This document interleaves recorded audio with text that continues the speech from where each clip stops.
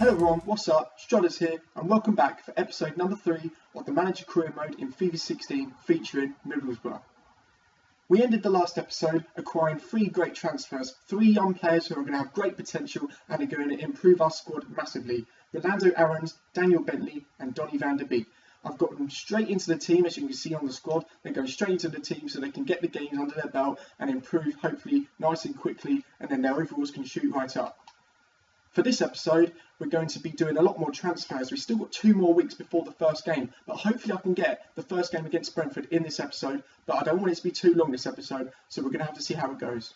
Still really excited to have these players in our team, so what we're going to do now is just advance and let's see what emails come up, see if we've got any transfer offers or anything like that. We've got a couple of final scout reports, an update from one of my scouts, and the loan to buy offer. Now this is something I've done off camera. I was going for a loan to buy offer on David Falpala. He's only 63 rated, but I know he's got fantastic potential. He is a striker.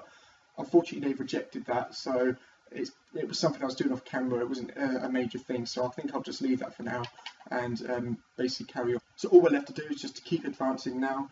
Again, like I said, we've got 2 weeks until anything else, so here we are. And excellent, it looks like we've got 2 transfer contract accepted. The only thing is, I don't know if I've actually got the money to actually take these guys on. Because I'm waiting to sell my players and no one seems to be offering anything for them. We've got Jordan Lukaku, who's the left back, who's accepted at 1.8 million. I'm going to have to store, I think I've got 1.9 million in my no, I've got 1.788 million, so I'm literally a couple of £1,000 short, although I will be able to up that by taking down the wage budget. But do I want to spend all of my money on this one guy? He does look fantastic, but I'm going to store for now because I don't want to just get rid of all my money. I want to take a step back and see what else has come through. We've got another transfer accepted as well, who's a striker, that's Zivkovic, guy from Ajax again, so he would be the second new player I've got from Ajax, if I accept. An 18-year-old, 68 rated striker, looks fantastic. And what's better about this guy, obviously he's not the left back, he's a striker, a completely different role. However, his wage is only 2,000, the other guy was 20,000. That's a really big wage to pay at this moment in time. So I think I'm going to be happy to accept this guy's offer. I haven't taken on any other strikers. Obviously we've got Jordan Rhodes. I did say I wanted to get someone who's going to make a first team impact, but this guy who's 68 isn't bad. I'll be happy to play a 68 straight away because he will grow very quickly. So I'm actually going to accept this guy's offer here. He wants 2,250 and that's what I'm going to give him. And we're going to go for the 5 years like I did the others, try our luck. He's a sporadic first team player in Ajax, so I think it'd only be fair to up that squad role to rotation player to go to Middlesbrough, because you know what, Ajax is a bit more of a bigger club than Middlesbrough, but he does have the potential to go to the Premier League if that's what we manage to achieve at the end of the season. So that's my offer for him. I was also a bit cheeky and requested £2 million from the Middlesbrough board. However, I was expecting this sort of response. I haven't been in the role long enough for them to actually consider giving me any money yet, but it's always worth asking for extra transfer funds from the board, because although this part of the season they won't give it to you, you know, after the first transfer window they will give you money, they will give you something, even if it's not much, and it's always good to just add that to the transfer budget. So I recommend doing that all the time. Just going to advance some more now. Hopefully we're going to get some offers through. It was a contract offer accepted, another guy that I now can't afford. He was another left back, only 18 years old, and he's 72 rated. So, I don't know. I really want this guy. I really could do with someone like this, but I've just accepted the other contract. I'm gonna go for it. I'm still gonna accept this guy because, you know what, 18 years old, 72 rated. His potential is going to be insane. So it might be a case of taking this guy over the striker that I just accepted, unless I manage to sell some players in the meantime. So he's at Villarreal at the moment, and he is a sporadic first team player. I will be able to give him quite a major role at 72 rated, so I'm going to go straight for important first team player. I'm not going to go crucial, just because if I can give him a lower role in the squad, I will do. But that's that for now. Back to the advance now. Hopefully we can get something else through. A couple more emails. We've got an unacceptable offer for Solanke, who was another striker I went for, 17 years old, 68 rated. Probably leave that one because I've just accepted another one for a young striker, even though I don't think I can actually afford him now. Advance some more. Anything going to come through? A couple of messages. 2 contract offer accepts now. We've got the Zivkovic and the left back. So now I've got to make a big decision here. I can only sign one of these guys. Like I said, the Adrian Marin is already 72 rated. He's only 18. So going back to Lukaku, Jordan Lukaku here, he was 21. I think he was, what rated was he? The same rating, 3 years older, and wants £20,000 a week. This left back only wants 4,250. So straight away I'm going to take him over Lukaku. However, now I've got the striker who I could sign, and he's going to have great potential. I know that. So I don't know. I think I'm going to take the left back for now, and if I do get the transfer money in, I'll definitely go for him straight away. But if not, you know what? I think I've taken the better person by going for this guy here, Adrian Marin. I think that's the better choice. He's got quite low wages. He is 1.8 million, but look at that. He's 19 years old. So no, 18 years old at 72 rated. So yeah, I'm going to keep stalling that for now because I don't have the money. So we're going to have to reject him. I've decided to reject him, so we'll reject that, get rid of that now. Let's hope we can get some transfer offers through on our next advance. So I've just advanced a few days and we do have a transfer offer. Is this a bit of saviour in the air here? Bournemouth has come in for Grant Ledbetter. They've only offered £550,000. His valuation is 725, so I think that's really an unfair offer from Bournemouth. They're really trying their luck because they know he's transfer listed.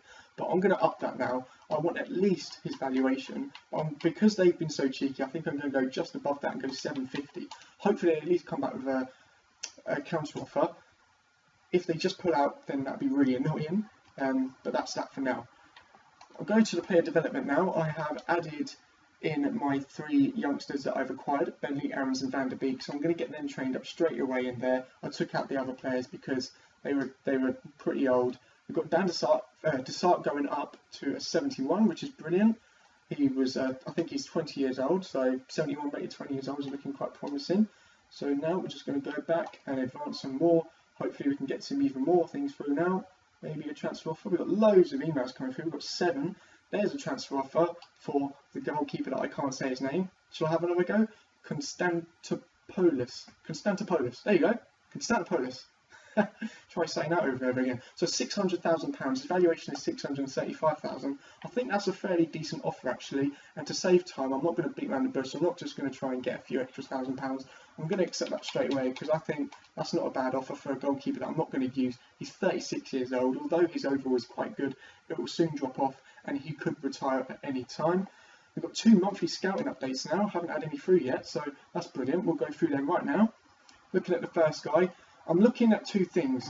Obviously a good overall to start with, although that's not really important, but definitely a good potential is really important. 61 to 83 isn't great. It probably suggests something in the middle, so maybe 70. So I'm going to say no to him and reject him straight away.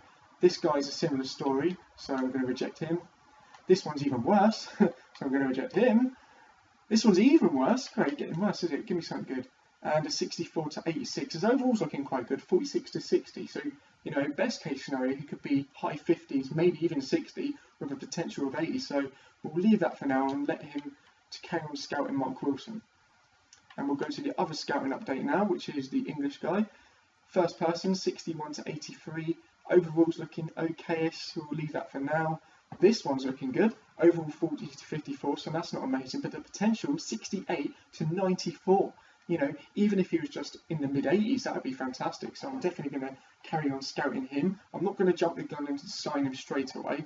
I do want to get a bit of information on him first. However, you don't want to leave that too long because there's a potential that he could sign for other squads. So I'd recommend not leaving it any more than 3 months before making your decisions on signing youth players.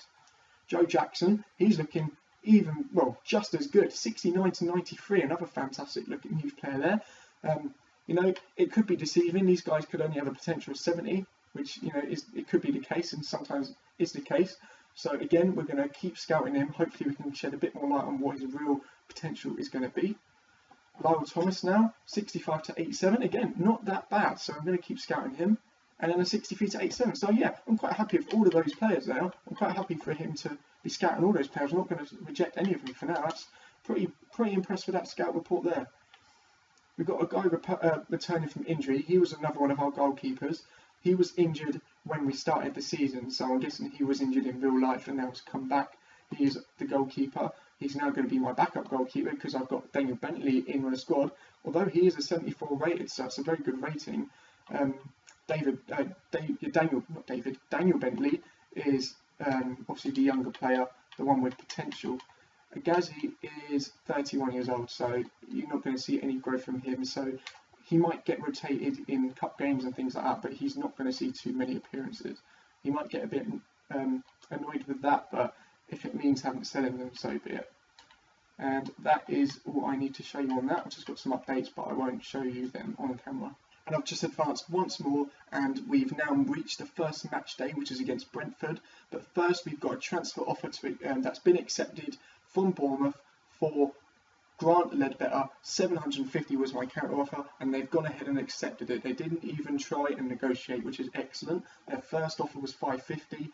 His valuation was 725. I've asked for 750, and they've gone for it straight away. So that's really good news, and that's really going to help us top up that transfer budget, which has disappeared quite quickly, although because we've signed those 4 players. So that's that for now. So now I'm going to go straight into the first game. I'm going to do highlights on this one, so I'm going to play the game, and then I'll show you the highlights of if there is any goals. I'm not going to say there are goals because the others are 0-0, but I'll show you the chances, hopefully the goals, and any points that I do need to bring up in the game, maybe injuries, cards, things like that. So I'm going to go straight into that, and then I'll show you the highlights. But before I do that, I'm just going to run through the starting lineup. Jordan Rhodes starts up front, behind with Van der Beek behind him in central attacking mid. Aaron starts in left midfield. Stuani takes the right midfield. Holding midfielders, Ledbetter and Clayton. This will probably be Ledbetter's last game because we've just had a contract accepted for him from Bournemouth. Friend plays in left back. Gibson and Ayla make up the defence in centre backs, and Klaas in right back. Daniel Bentley makes his first appearance for us in the goalkeeping position. So now you're going to get to see my first version of how I'm going to try and do the highlights. Hopefully it's going to look good. We made a bright start here. We had plenty of shots. We enjoyed many possessions here. Here's a shot that was going on target. It was a fantastic save by the keeper. Rolando Aarons had a fantastic chance in the 41st minute. Cross coming in. He hit it on the volley. He did take the right decision to make the shot, but unfortunately it went over the bar.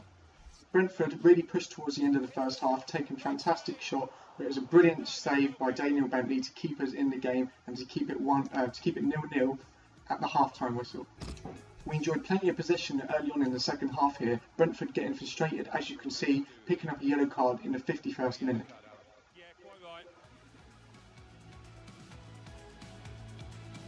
Soon after, we had the best chance of the game. We had a cross that fell to Klaas. He hit it with the head, but it was a great instinct save by the goalkeeper. He kept it 0-0. However, the tables turned and Brentford really started to push on and play really well here. They started to get a good amount of chances. They did start taking long shots, so frustration, started to show. They were taking long shots, but it did mean that they started upping up their game.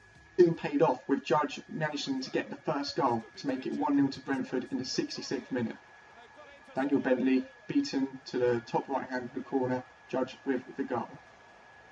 Pass after pass after pass. He carried on pushing, and in the 76th minute he had another good chance to put Brentford 2-0 up, but it went just wide. The keeper equal to it. He did see it was going wide and left it to go, but it was close and it could have been 2-0. But finally, Middlesbrough managed to respond. A fantastic through ball to Adobora, and he scores to the bottom left hand corner. Very cool finish, and it left it 1-1. And that's how the game ended. The game ended 1-1, and so we got our first point of the season. We didn't get a win, so we didn't get the perfect start. However, at least we managed to grab a goal. At least I managed to prove that I can score goals. So it was Middlesbrough 1, Brentford 1. So that was the first game. At least we managed to get a goal and get the points to a start by getting a point at home. We could have got the win. We maybe should have got the win. I would have liked the win, but that's how it was. So I'm just going to jump into some player development now. Let's see if we get any more advances. Hopefully we can get someone. Excellent. Aarons is up to a 72 rated. Already showing his fantastic potential by going up in overalls very early on. So I've got him for 1.4 million. I'm sure he's worth well over 2 million by now. Which he is. Here is his valuation, 2.5 million. So literally 1 or 2 weeks ago in the game, I bought it for 1.4 million. He's now worth 2.5 million with excellent potential and under a 5-year contract. So already he's probably worth about 4 million in the game, which, you know, that is great investment, and that just goes to show that how good of an acquisition Aaron's was. What I may have noticed is that I actually didn't play Ramirez in that game. He wasn't actually on the bench, he was still in the reserves because he was on the international duty beforehand, so I actually forgot to put him in the squad. So I got an email from him saying he was unhappy and concerned that he wasn't getting any game time just after the first game of the season. So I'll fix that now. One thing else I need to fix is that I don't actually have a goalkeeper on the bench, so that's probably going to be an important thing. So I think I'll get on and do that now. So I'm going to put Agazi on the bench as the goalkeeper. Ramirez will probably start in the next game as Van der Beek is looking very tired, although he will recover for the next game. And then I'll probably look to maybe swap them when it comes to substitutions in the game. So that's that squad sorted for the next game. So I'll just go back to the home screen and we'll advance some more. Let's see if anything else comes through with the days leading up to our first cup game, which I think is against Hartlepool, if I recognise that badge correctly. No, it's against Dagenham Redbridge, so I didn't recognise that badge correctly. We've got 5 emails, a couple of scout reports, a player sold, so we are getting £625,000 allocated to our budget for selling Grant Ledbetter to Bournemouth. And another player sold, we have sold Konstantopoulos, is that right? For 600,000, we have got 500,000. So, if my maths was correct, we've got 1.125 million added to our transfer budget. So our remaining budget now is just over 1.1 million with 50 grand wages. That's enough to get at least one more player. Potentially, we could go for some loans to buys, potentially some youth players. However, I might not make any more signings in this transfer window unless I find anyone really good, because it would be nice to have some budget for the January transfer window when I could sign some pre-contracts, which I'll need some wage budget for. So having about £75,000 in a wage budget would be excellent on making a couple of really good pre-contract signings. So that might be something I will leave in a reserve for January. And then that's it. Our next game is against Dagenham Redbridge away, which is our first cup game. It's in the Capital One Cup. I'm not sure whether we'll sim that or not, but that will be in the next episode. I'm trying to keep this episode quite short, so it's just been transfers and one game. And the next episode will probably contain 3 to 4 games. It really depends on how much transfer negotiations will continue. So I'll just run through the next games in the next episode. It'll be Dagenham Redbridge in the Capital One Cup. Then we'll go to Sheffield Wednesday in our second game, which is an away game. That'll be our first away game. We then go to Rotherham at home on the 18th, and on the 22nd, a really big game, Hull City, which will probably be one of the hardest teams to play in the Championship.